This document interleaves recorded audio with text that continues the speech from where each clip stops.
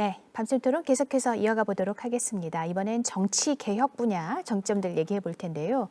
5월 말로 임기가 끝나는 20대 국회는 아까 의원님들께서도 인정하신 것처럼 일은 안 하고 싸움만 했다라는 이런 평가가 많았습니다. 자, 그래서 더불어민주당에서 이른바 일하는 국회법을 만들겠다라는 그런 방침을 밝혔는데요. 자, 이 법의 내용을 살펴보면 매달 임시회를 하고 또 상임위 운영을 의무화한다. 그리고 정당한 사유 없이 국회 본회의나 상임위에 출석하지 않으면 세비를 깎고 또 이 출석 정지 같은 징계를 하겠다라는 그런 내용이 담겨 있습니다. 자, 과연 이 국회의원들 스스로 이런 내용의 법안을 21대 국회에서 만들 수 있을 거라고 생각하십니까? 그리고 만약에 이런 법이 만들어진다면 정말 21대 국회는 20대 국회와는 다른 모습을 보여줄 수 있다고 생각하십니까?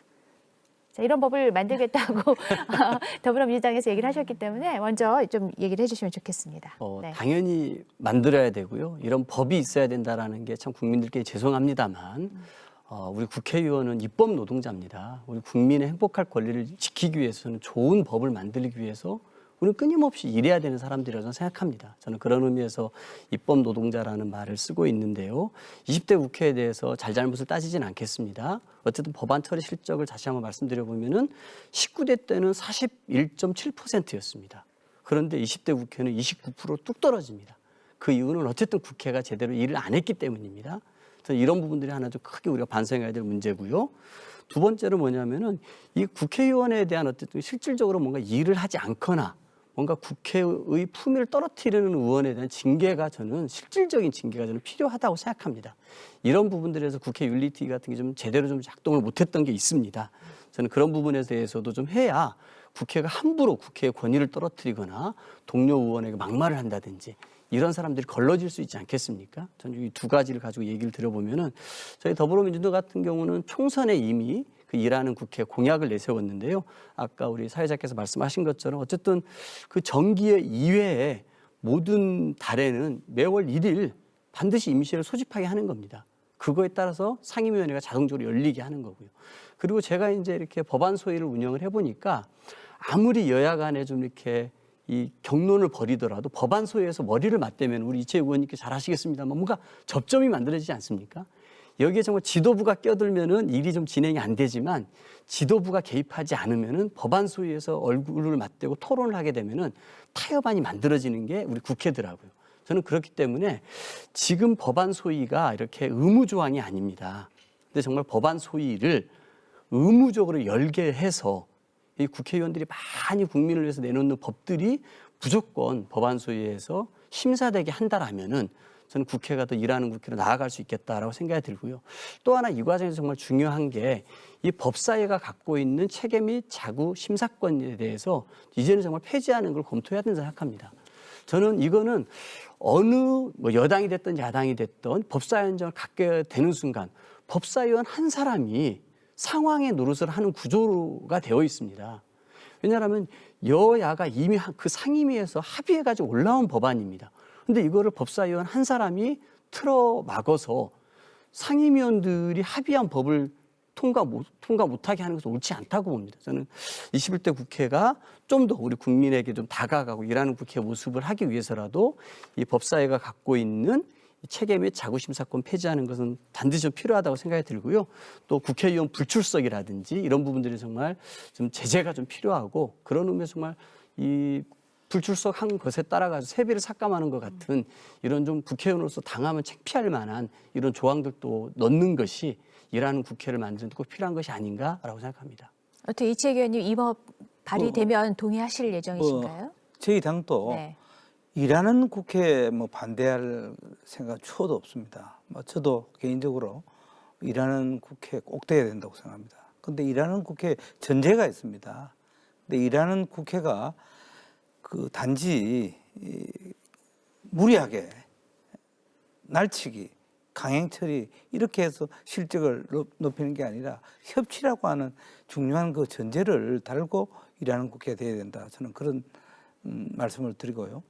또 하나 저는 방금 강병원 의원께서 국회 본회의의 활성화 문제를 얘기를 했는데 저는 국회의원 하면서 상임위원장 중심의 그 회의 주도적으로 좀 열 수 있는 이런 기본 틀이 돼야 된다. 소신껏 상임위원장이 그때그때 파악해서 상임위를 열고 또 전국 현안에 대해서 언제라도 상임위를 열어야 되는데 이 부분이 제대로 되지 않는다.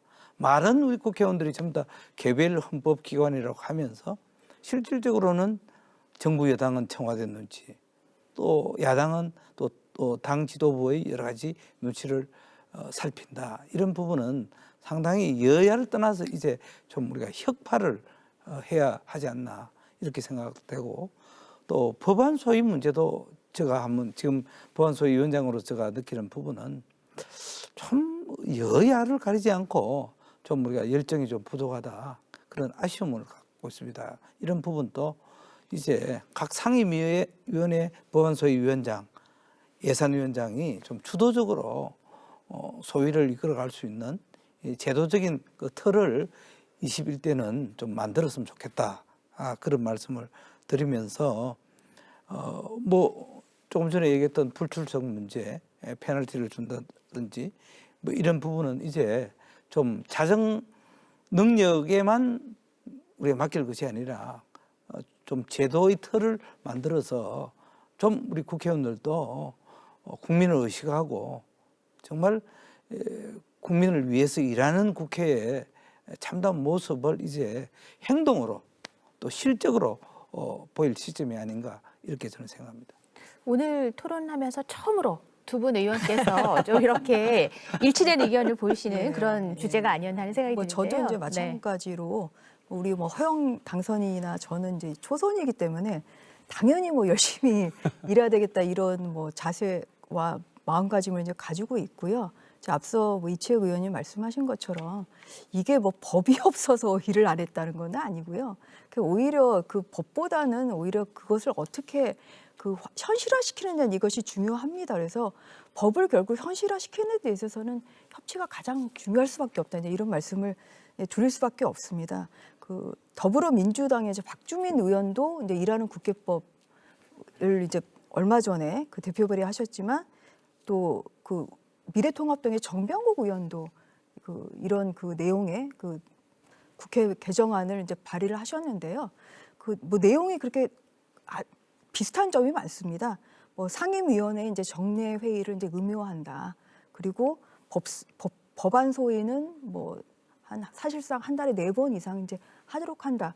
뭐 이제 이런 부분에 있어서는 크게는 같습니다. 이제 다만 더불어민주당 안과 지금 이제 미래통합당 안에 이제 가장 큰 부분은 이제 법사위 체계화 자구 심사 제도의 폐지 이 부분이고요.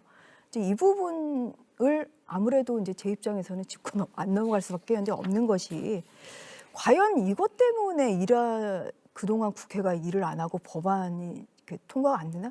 그거는 아니라는 말씀을 드리고요. 다시 한번 말씀드리지만 협치가 된다고 하면 이러한 부분에 있어서 그 뭐 법사위가 더 자주 그 열리고 또한 체계나 그 자구 심사권 일 발목 잡아서 할 뭐 이런 부분은 없을 것입니다. 그래서 이런 부분에 있어서는 이런 그 법사위 체계와 자구 심사권이 생기게 된 이런 과정을 보면 이것은 이것이 일하는 국회를 발목 잡기 위해서 생긴 것은 아니라는 말씀을 분명히 드립니다. 이것은 이제 뭐냐면 이제 판결 법원도 이제 3심제도 아닙니까? 그럼 1심은 1심, 2심, 3심 있다시피 여기도 이제 상임위를 거칩니다. 그 상임위에서 물론 충분한 논의를 거치지만 또 그 상임위에서 미처 보지 못한 여러 그 다른 법과의 관계 이런 것을 충분히 조율을 해야 됩니다. 아시는 바와 같이 한 번 법을 만들면 그것은 어떻게 없앨 수가 없고 그 고통은 고스란히 국민에게 갈 수밖에 없고 혼란만을 가중시킵니다. 그래서 법사위에 이런 체계 자구 심사권이 있는 이유는 이렇게 그 빠진 부분이 있는 것을 이제 좀 더욱더 그 법사위원들이 더 세밀하게 조율을 할 필요가 있다. 이렇게 된 것이고요.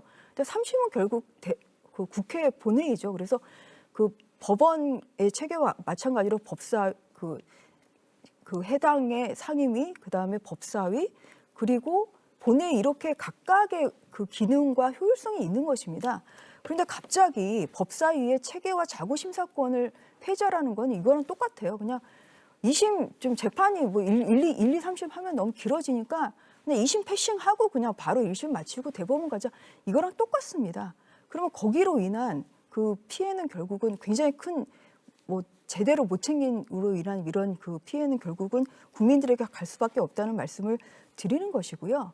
그리고 이것은 굉장히 중요한 게 뭐냐면 다른 것은 뭐 물론 뭐 세비도 삭감할 수 있고 이제 이런 강제적인 조항이 뭐 들어갈지는 더 논의를 해봐야 되겠습니다만 이거는 폐지를 하면 이게 법사위에 이거 고유한 기능입니다. 이것은 왜냐 그동안에 그 법사위원들 아시는 바와 같이 다 야당 제일 야당에서 해왔습니다. 결국은 이것은 이런 그 법사위의 존재 이유는 이런 그 전반적인 법률 심사뿐만 아니라 결국은 그 여당과 정부에 대한 그 견제 기능입니다. 그 견제 기능의 중요한 부분이 또 이 부분이고요. 그래서 이것이 효율적으로 물론 진행은 돼야 되죠. 뭐 이것을 발목 잡기를 해서 이것이 악용되는 이런 것은 막아야 되겠지만 이러한 그 악용 사례가 있다고 해서 이것을 폐지한다? 이것은 그 오히려 지금 180석이나 된 거대 야당이 출범하는 이 시기에 이 법사위 그 야당이 가지고 있는 이런 견제 기능을 무력화시키는 거 아니냐 이런 그 의도가 있는 거 아니냐 이렇게 받아들일 수도 있는 것이고요. 그래서 이 부분에 있어서는 좀 진지한 논의가 뒤따라야 된다는. 그러니까 여당이 내신 일하는 국회 법안 관련해서 전반적인 다른 내용에 대해서는 동의하시지만 그 내용 중에 있는 법사위의 그 체계 자구심사권을 폐지하는 것은 여당에 대한 견제 기능을 상실하게 하는 것이므로 반대한다 이런 말씀이신데요. 허영 당선인께서 반론해 주시죠. 여야가 사실상 자구심사권 가지고 많이 악용을 해왔죠. 근데 이 자구심사권이 왜 필요 없냐 하면은 의원이 입법 발의 전에 이런 프로세스가 있습니다.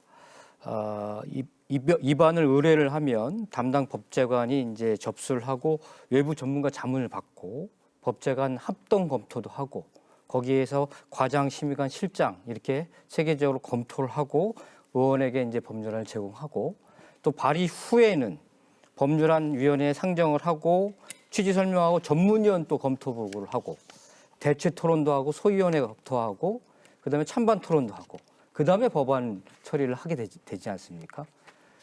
법안 처리 과정이 이렇게 전후로 굉장히 전문가들의 검토 과정들이 있음에도 불구하고 자꾸 심사권이라고 하는 것을 가지고 그동안 법사위에서 많이 여야가 이 국회를 싸움 국회로 만드는 데 있어서 많이 악용을 했다는 말씀을 좀 드리면서 폐지가 되어야 된다. 얼마든지 국회 자체적인 그런 어떤 법안 검토 과정들이 이미 시스템화되어 있다. 이렇게 좀 말씀을 드리고 싶고요.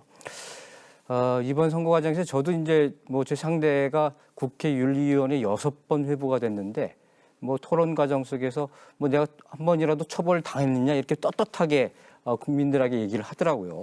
그래서 윤리특별위원회를 상설화하고 이제 기능을 강화해야 되는데 지금은 이제 윤리특위의 징계가 되면은 아예 60일 이내에 그 심의를 좀 완료를 하고 또 국민 배심원단 같은 것도 신설을 해서 심사 결과를 윤리특위에 권고를 해서 반드시 윤리에 회부된 부분들에 있어서는 처리를 할 수 있게끔 하는 것이 굉장히 중요하다 이렇게 좀 생각을 하고 있습니다. 그리고 나아가서 국민 소환제 같은 것도 좀 도입을 하고 입법권도 국민 입법 발의자 같은 것들 좀 도입을 해서 뭐 3개월 내에 한 30만 명 정도가 입법 청원을 하게 되면 일정 정도의 절차를 거쳐가지고 입법권을 국민에게 돌려주는 그러한 법안도 좀 마련할 필요성이 있다 이렇게 생각을 하고 있습니다. 저는